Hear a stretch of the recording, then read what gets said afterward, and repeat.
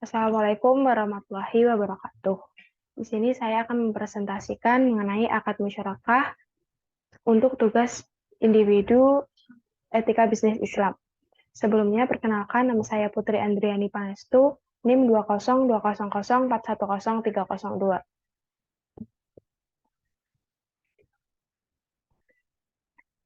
Musyarakah merupakan akad kerjasama antara dua belah pihak atau lebih untuk menjalankan sebuah usaha tertentu.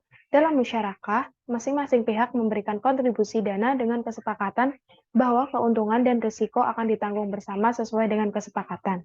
Selain dana, bentuk kontribusi dari musyarakah juga dapat berupa barang perdagangan, kewirausahaan, kepandaian, kepemilikan, peralatan, intangible aset, kepercayaan atau reputasi, dan lain sebagainya yang dapat dinilai dengan uang.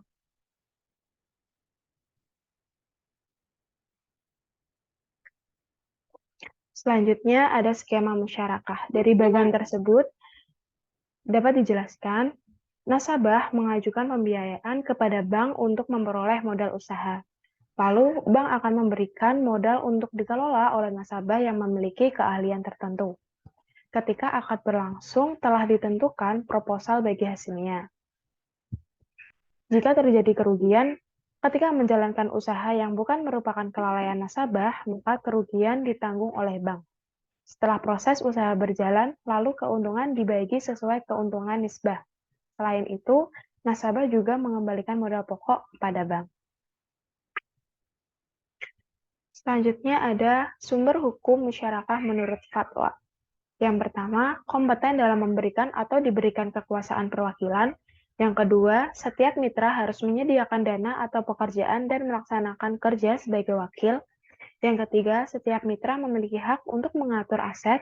Yang keempat, setiap mitra memberi wewenang kepada mitra yang lain untuk mengelola aset dan masing-masing telah diberi wewenang untuk melakukan aktivitas musyarakah dengan memperhatikan kepentingan mitranya tanpa melakukan kelalaian dan kesalahan yang disengaja. Yang terakhir, seorang mitra tidak diizinkan untuk mencairkan atau menginvestasikan dana untuk kepentingan pribadi. Selanjutnya ada jenis-jenis musyarakah. Akad musyarakah dibagi menjadi dua jenis syirkah, yaitu syirkah ukut dan syirkah amlak. Syirkah ukut sendiri merupakan akad antara dua pihak atau lebih dengan cara menggabungkan harta mereka untuk suatu bisnis. Sedangkan syirkah amlak terjadi bukan karena akad, melainkan karena kehendak untuk memiliki harta bersama. Syirkah ukut dibagi menjadi 4. Yang pertama, syirkah al-in'an, yaitu syirkah antara dua pihak atau lebih yang bekerja sama dengan menyetor modal dalam jumlah berbeda untuk kemudian membagi keuntungan yang ada berdasarkan besaran modal masing-masing. Yang kedua, syirkah akmal, kerjasama antara dua pihak yang biasanya berprofesi sama untuk mengerjakan sebuah proyek pekerjaan. Masing-masing dari mereka memberikan kontribusi dalam bentuk skill, kemudian keuntungan yang didapat akan dibagi rata. Yang ketiga, syirkah muwafadah, akad antara dua pihak yang memberikan modal sama besar untuk kemudian tiap-tiap keuntungan maupun kerugian dibagi menjadi dua secara rata. Dan yang terakhir, syirkah wujub, kolaborasi antara pemilik dana dengan pihak yang memiliki kredibilitas sehingga kerjasama ini didasarkan atas wibawa para anggota. Keuntungan dan kerugian yang timbul dibagi berdasarkan negosiasi para pihak. Sedangkan syirkah amlak dibagi menjadi dua. Yang pertama, syirkah ikhtiariyah terjadi atas kehendak masing-masing pihak yang bekerja sama, dan syirkah ijbariyah terjadi secara otomatis karena keadaan tertentu, misalnya pembagian warisan yang menyebabkan kepemilikan bersama sebuah aset. Selanjutnya ada rukun musyarakah. Sebelum melakukan akad musyarakah, ada beberapa rukun yang wajib dipenuhi, yaitu yang pertama ada ijab qabul. Penawaran dan penerimaan harus secara eksplisit menunjukkan tujuan kontrak.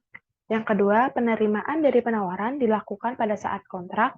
Dan yang terakhir, akad dituangkan secara tertulis melalui korespondensi atau secara komunikasi modern. Selanjutnya ada pihak-pihak yang berakad. Kriteria pihak-pihak yang berakad diantaranya 1. Cakap hukum, yang kedua kompeten, yang ketiga memiliki dana dan pekerjaan, yang keempat memiliki wewenang untuk mengelola aset mitranya, yang kelima tidak diizinkan menginvestasikan dana untuk kepentingan pribadi, dan yang keenam, memiliki hak untuk mengatur aset musyarakah. Selanjutnya ada objek akad. Objek akad terdiri dari modal dan kerja. Modal harus berupa uang tunai dan aset yang dapat dinilai dengan uang. Modal yang ada juga tidak boleh menjadi jaminan maupun dipinjamkan kepada pihak lain. Sedangkan objek kerja harus dilakukan atas nama pribadi maupun mitra masing-masing. Pekerjaan yang dilakukan tidak harus sama besar, namun pihak yang mengerjakan lebih banyak berhak mendapat tambahan keuntungan. Yang terakhir, bagi hasil.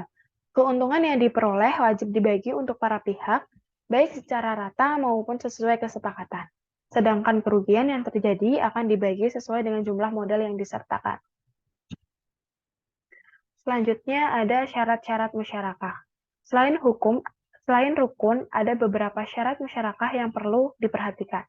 Yang pertama, perikatan dapat diperwakilan sesuai izin masing-masing pihak. Yang kedua, persentase pembagian keuntungan diketahui para pihak ketika melangsungkan akad. Dan yang terakhir, keuntungan ditentukan dalam bentuk persentase, bukan dalam jumlah pasti. Sekian presentasi mengenai akad musyarakah. Kurang lebihnya mohon maaf. Wassalamualaikum warahmatullahi wabarakatuh.